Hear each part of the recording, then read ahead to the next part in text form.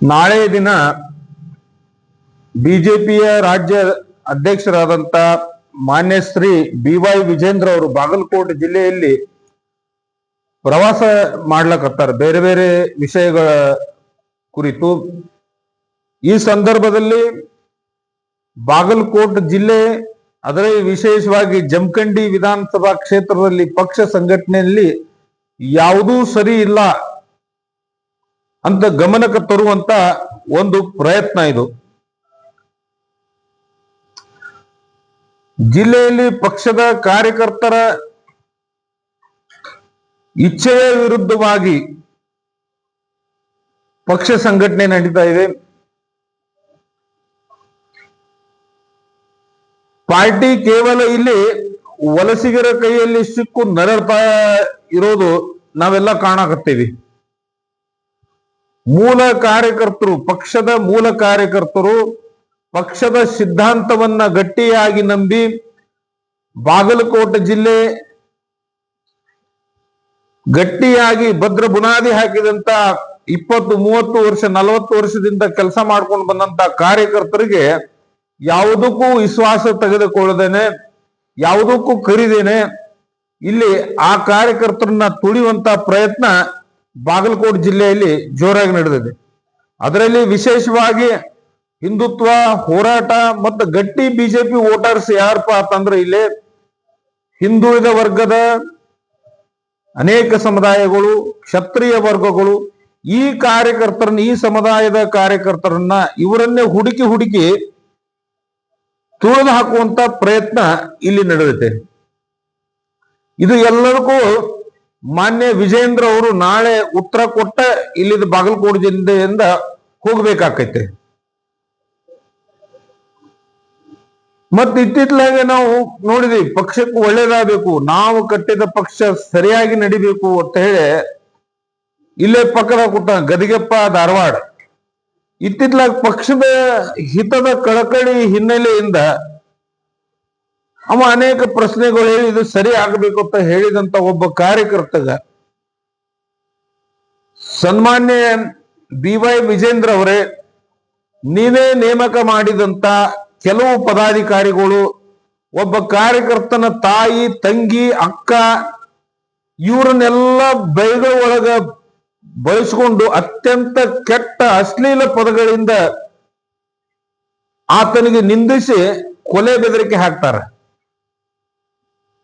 Police complaint ಆಗಿತ್ತು, ಅದನ್ನು ಹಿಡಿಲಿಲ್ಲ. ಆದ್ರೆ ವಿಜೇಂದ್ರ ಅವರು ಇದಕ್ಕೆ ಉತ್ತರ ಕೊಡಬೇಕು. ಕಾರ್ಯಕರ್ತರಿಗೆ ಬೆದರಿಕೆ ಹಾಕಕ್ಕ, ಅಶ್ಲೀಲ ಪದಗಳನ್ನ ಬಳಸಿ ಕೊಲೆ ಬೆದರಿಕೆ ಹಾಕಕ್ಕ ನೀವು ಈ ಪದಾಧಿಕಾರಿಗಳನ್ನ ಅಪಾಯಿಂಟ್ ಮಾಡಿರೇನು? ಇದಕ್ಕೆ ಉತ್ತರ ಕೊಟ್ಟು ನೀವು ಈ ಜಿಲ್ಲೆಯಿಂದ ಹೋಗ್ಬೇಕಾಗೈತೆ.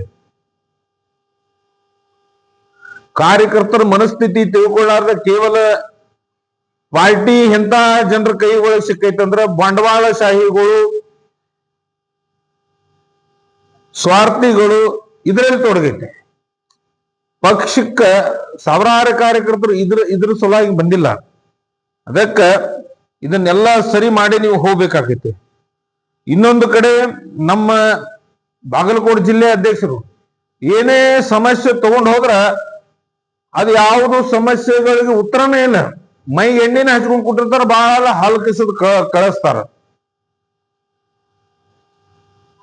ಆ ಜಿಲ್ಲಾ ಅಧ್ಯಕ್ಷ ಕಳೆದ ವಿಧಾನಸಭಾ ಚುನಾವಣೆಯಲ್ಲಿ ಸ್ವತಃ ತಾವು ಸೋತು ಜಿಲ್ಲೆಯ 5 ವಿಧಾನಸಭಾ ಕ್ಷೇತ್ರಗಳ ಸೋಲಿಗೆ, ಅವ್ರ ನೇತೃತ್ವದ ಸೋಲಿಗೆ ಕಾರಣ ಆಕೈತಿ.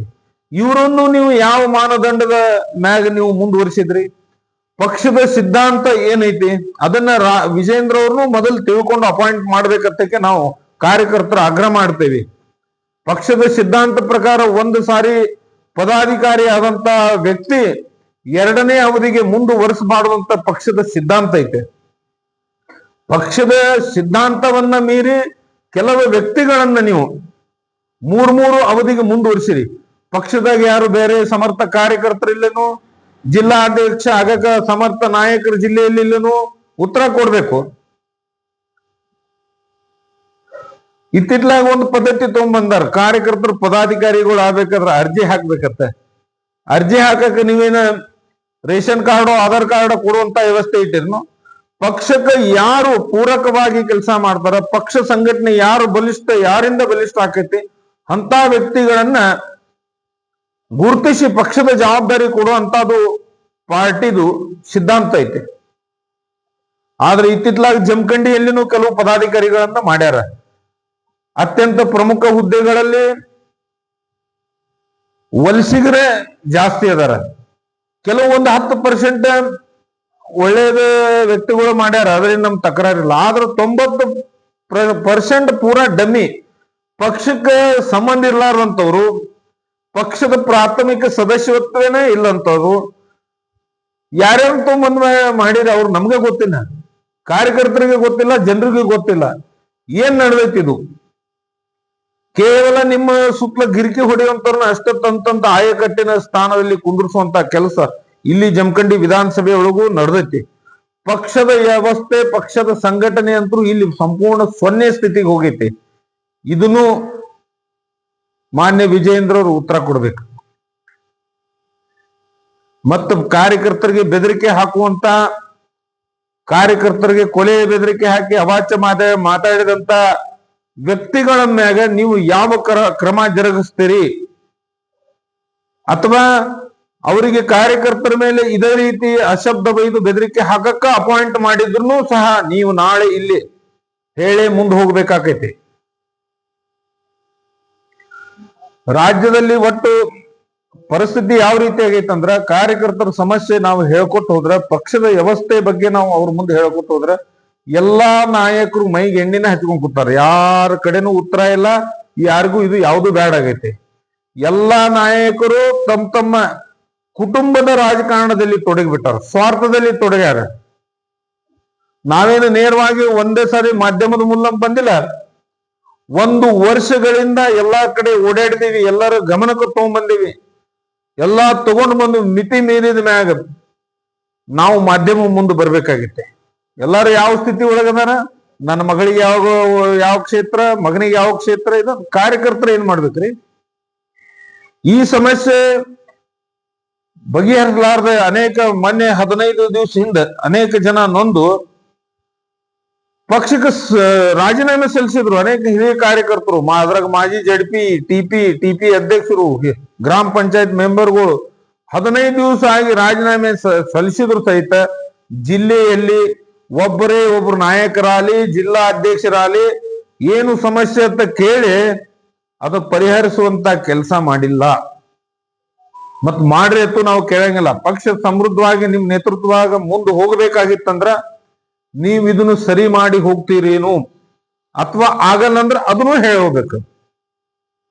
ಇನ್ನೊಂದ್ ಕಡೆ ನಾವು ಮೊದ್ಲಿಗೆ ಪ್ರಸ್ತಾಪ ಮಾಡಿದ್ನಿ, ಹಿಂದುಳಿದ ವರ್ಗದ ಕಾರ್ಯಕರ್ತರು, ಆಮೇಲೆ ಸಣ್ಣ ಪುಟ್ಟ ಸಮಾಜದ ಕಾರ್ಯಕರ್ತರು, ಕ್ಷತ್ರಿಯ ವರ್ಗದವರು ಈ ಪಕ್ಷದ ಬೆನ್ನೆಲುಬಾಗಿ ಪಕ್ಷದ ಕಟ್ಟ ವೋಟರ್ಸ್ ಆಗಿ ಕೆಲಸ ಮಾಡತ್ತಾರ. ಇವರು ನಿಮಗ್ ಬೇಡೇನು, ಅದು ಒಂದು ನೀವು ಕ್ಲಿಯರ್ ಹೇಳಬೇಕಾಗೈತಿ. ಇದಕ್ಕೆ ಯಾವುದೋ ಉತ್ತರ ನೀವು ಕೊಡಕ ಸಾಧ್ಯನೇ ಇಲ್ಲ, ಶಕ್ತರು ಇಲ್ಲ ಅಂದ್ರ ಅದನ್ನ ನಾವು ಒಪ್ಕೋತೇವಿ. ಮುಂದಿನ ಬಾರಿ ನಾವೆಲ್ಲರೂ ಒಗ್ಗಟ್ಟಾಗಿ ನಾವೊಂದು ರಾಜಕೀಯವಾಗಿ ಒಂದು ದೃಢ ಹೆಜ್ಜೆ ಇಡಬೇಕಾಗೈತಿ, ಅನಿವಾರ್ಯ ಐತಿ ಇದು.